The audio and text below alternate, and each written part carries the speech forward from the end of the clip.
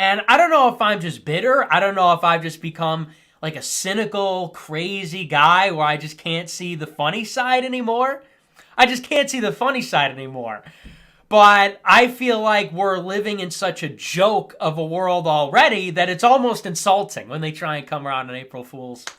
You know, what was the bit last year? I think Amazon, I forget the exact video, but I think last year Amazon, they were like poking fun at like how they were invading your privacy. And it's like, that's, I don't know, is that really even parody at that point? You know, there was an article yesterday from Metro UK, and I talked about this on the premium show, where their article was something to the effect of, we're going to ban all straight white men from comment sections on the internet. Is that like really funny? Is that really even a parody at this point? What did they report this weekend? The Associated Press reported that a mother delivered the child of her son because her son is gay and they're in a gay couple. So she acted as a surrogate for her own son. So, and that actually happened. That was something that really happened. Wasn't a joke.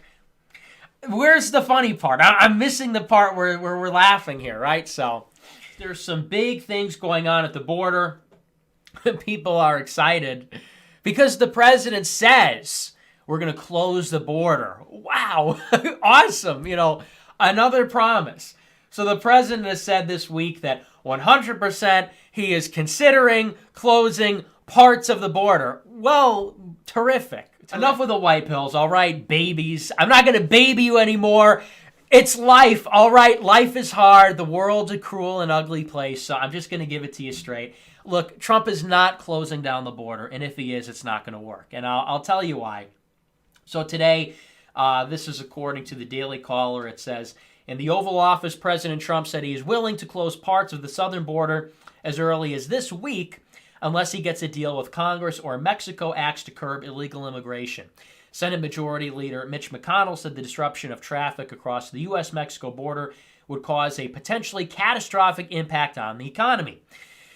Now, the reason I'm very skeptical about this is because the president was all over the place in this meeting. He made this threat earlier this week, and the threat was about Mexico.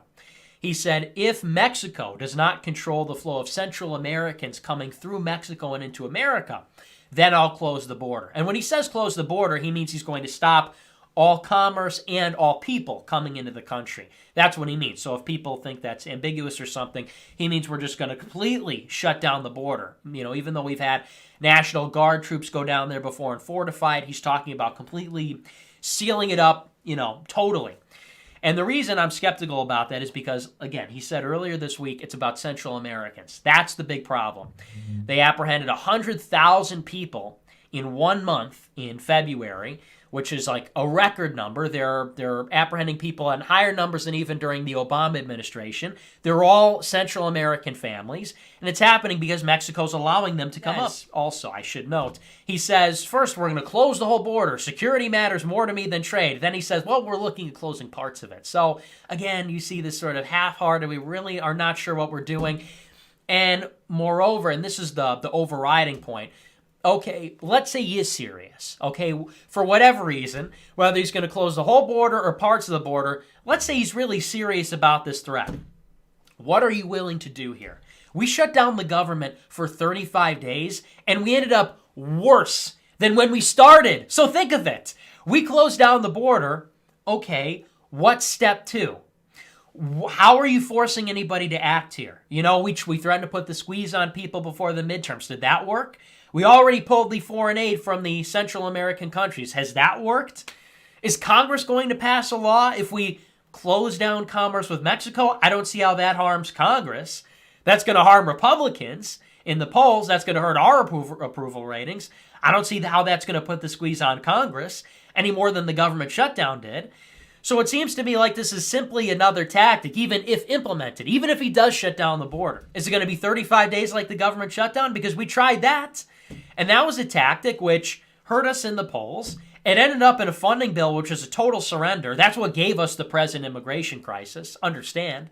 That's what gave us immunity for unaccompanied minors. That's what gave us renewed catch and release, where we're expanding the amount of people that are released into the interior. That's what gave us all these terrible provisions in the first place. So I don't really understand. It seems to me like just another one of these measures where it looks like we're doing something. It's a face-saving measure. It's something where the president can say, I tried. I shut down the government. I closed the border. I tried everything that I could do.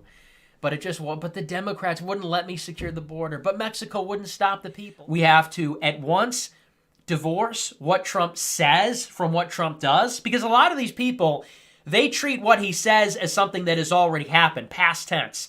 Trump says, I'm going to shut down the border. And the MAGA-pedes get all over the place like it's already happened. Like the border has been shut down. There's progress being made. Like it hasn't even happened yet. So at once we have to say, well, this is what's being said. This is the talk, and here's the action. And then on top of that, after we look at action, if that happens anywhere, we have to look at what is the result. What we're looking at here with H-2B visas.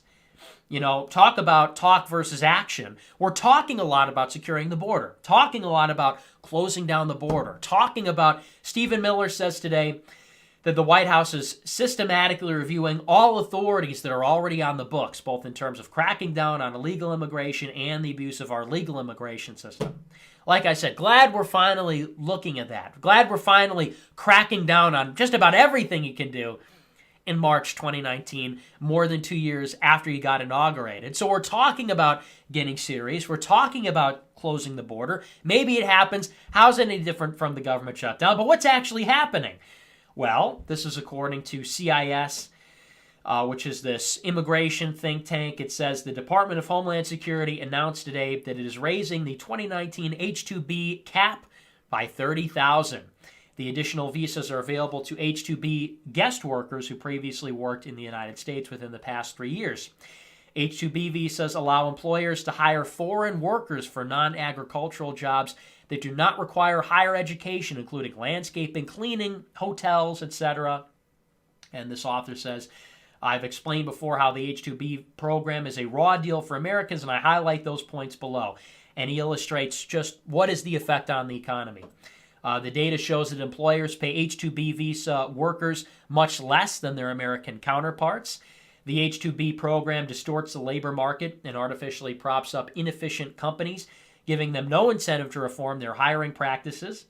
H-2B prevents the neediest Americans from securing meaningful employment that could transform their lives, and the H-2B visa is unnecessary because a domestic replacement could do the same thing.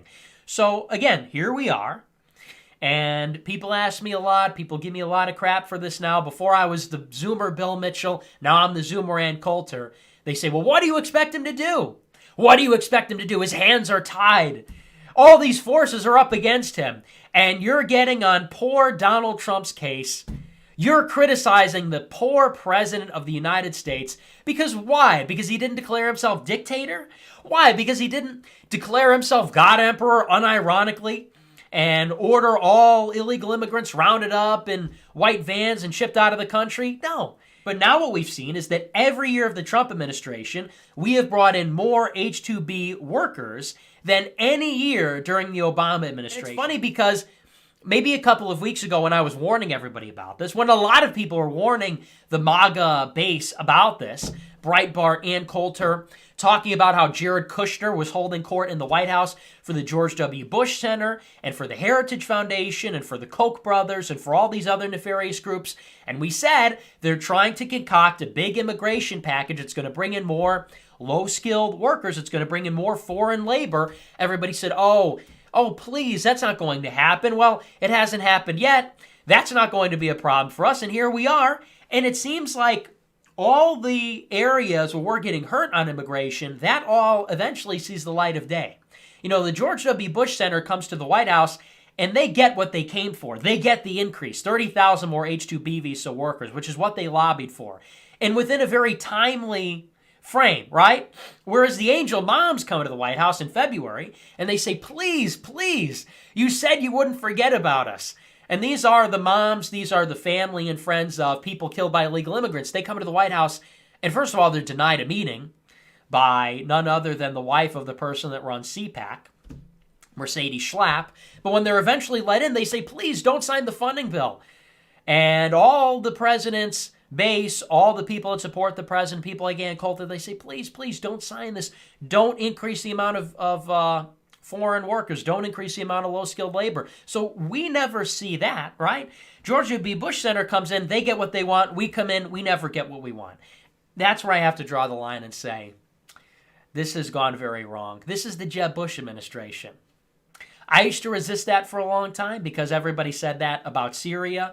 And again, I just can't in good conscience say that Trump dropping 50 missiles on Syria is the same as the Iraq and the Afghanistan war put together, right? So I wouldn't say he's George W. Bush, but what we're getting is Jeb Bush's policies, so a little bit less than George W. Bush, but just with like mean rhetoric, just with a Trumpian swagger, Trump attitude, which is not what I voted for, right? He goes to a rally in, in Grand Rapids, Michigan, and he says bullshit. He sweared it's old Trump is back. Campaign Trump is back. He said bullshit. The Mueller investigation is over. We're winning again, finally. But, where's the action? Where's actually the policy here? Golan Heights, 30,000 new H-2B visa workers, nothing on the border. It's like, I'm sorry. Can't do it. Can't do it anymore. It's a big thumbs down. This is terrible. This is a disaster. This administration is a failure. The only reason I'm going to vote for Trump in 2020, this is the only reason this presidency continues to be good, is because Trump is less likely than Democrats to start arresting people like me. Because at that point, that's the mentality. I think that's the bare minimum, is that Trump is not promising, like Elizabeth Warren, to go around rounding up and arresting so-called white nationalists, alt-right type people, because that's what comes next. Understand. He's doing nothing to stop internet censorship. He's doing nothing to stop immigration. He's doing nothing to help himself or Republicans win elections in the future, and that's going to become a problem. But at the very least, at the bare minimum, the only reason that he continues to succeed is because it appears that he's not arresting our guys. But I shouldn't even say that much, because they're doing that in Virginia. They're doing that for all those Ram guys from Charlottesville, or whatever they're called, whatever. They're still arresting people from Charlottesville on these trumped-up charges. So I shouldn't even go that far. I guess he's not arresting me.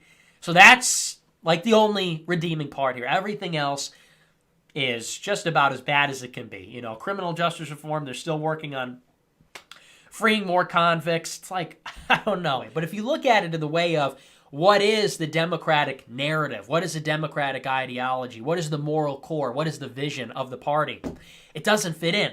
Right? They've been creating, since Barack Obama got in office in 2008, a totally new mission, a totally new soul for their party, which I guess used to be fighting for working people, and now it's fighting for this weird cultural revolution against white America. That's really what it is.